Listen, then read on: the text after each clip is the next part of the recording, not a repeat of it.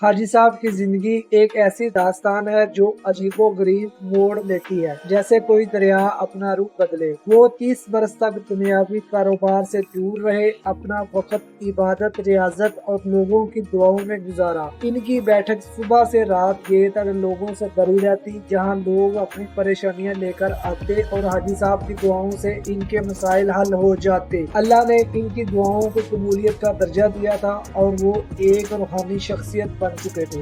لوگ انہیں صوفی بابا کہتے، ان کے پاؤں کی خاک کو تعویذ بنا کر گلے میں ڈالتے، لیکن پھر اچانک ان کی زندگی نے پلٹا کھایا۔ ایک دن حاجی صاحب نے اپنی بیٹھک بند کی، اپنے بیٹوں سے سرمایہ لیا اور گارمنٹس کی ایک فیکٹری لگا لی۔ یہ فیکٹری کوئی بڑا کارخانہ نہ تھی، مگر حاجی صاحب نے اسے اپنی محنت سے چمکا دیا۔ انہوں نے 500 خواتین کو ملازمت دی، خود یورپی مارکیٹ کے لیے کپڑوں کے ڈیزائن بنائے اور جلد ہی ان کی فیکٹری سے ڈالر برسنے لگے۔ حاجی صاحب صبح سے رات تک فیکٹری میں کام کرتے، تھک جاتے تو فیکٹری کے گیسٹ ہاؤس میں سو جاتے۔ یہ تبدیلی سب کے لیے حیران کن تھی، کیونکہ دنیا میں لوگ بڑھاپے میں کاروبار چھوڑ کر عبادت کی طرف آتے ہیں، مگر حاجی صاحب اس کے برعکس درگاہ سے فیکٹری کی طرف لوٹ آئے تھے۔ ان کی کہانی کا آغاز ایک کتے سے ہوا اور اختتام بھی ایک کتے پر۔ ایک صبح جب حاجی صاحب فیکٹری پہنچے تو انہوں نے دیکھا کہ ایک زخمی کتا گھسیٹتا ہوا ان کے گودام میں داخل ہوا۔ اس کی 3 ٹانگیں ٹوٹی تھیں،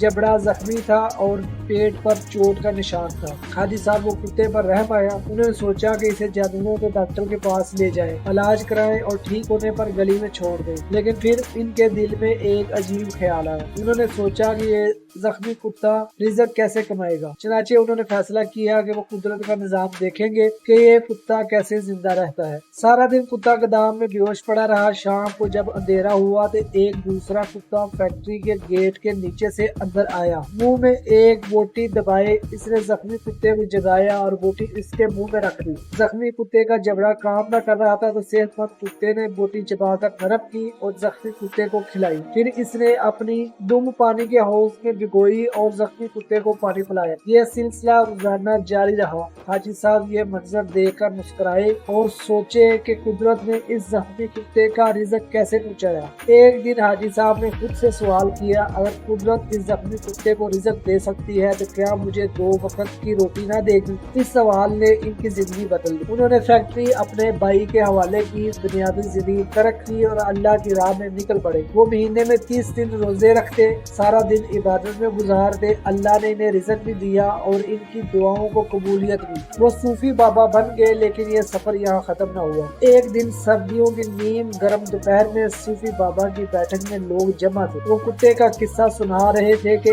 کسی طرح زخمی کتے نے انہیں توکل کا سبق سکھایا۔ انہوں نے کہا، رزق ہمیشہ انسان کا پیچھا کرتا ہے مگر ہم اسے ڈھونڈتے ہیں۔ اس زخمی کتے نے مجھے سکھایا کہ توکل کرو، رزق خود آ جائے گا۔ محفل میں ایک نوجوان پروفیسر بھی بیٹھا تھا، جینز پہنے، کان میں ایئر فون لگائے۔ اس نے ایئر فون اتارا اور کہکا لگا کر بولا، صوفی بابا افضل وہ زخمی کتا نہیں بلکہ وہ صحت مند کتا تھا جو روز بوٹی چبا کر زخمی کتے کو کھلاتا تھا، اس کی پیاس بجھاتا تھا۔ کاش آپ نے زخمی کتے کے توکل کی بجائے صحت مند کتے کی خدمت اور قربانی کو دیکھا ہوتا، آپ کی فیکٹری آج سینکڑوں لوگوں کا چولہا چلا رہی ہوتی۔ اوپر والا ہاتھ نیچے والے سے افضل ہوتا ہے اور وہ صحت مند کتا اوپر والا ہاتھ تھا۔ افسوس آپ کا توکل خود غرضی پر مبنی ہے۔ ایک سخی بزنس مین ہزاروں نکمے درویشوں سے بہتر ہے۔ یہ سن کر صوفی بابا کے ماتھے پر پسینہ چھلکنے لگا۔ نوجوان پروفیسر نے سلام کیا اور چلا گیا۔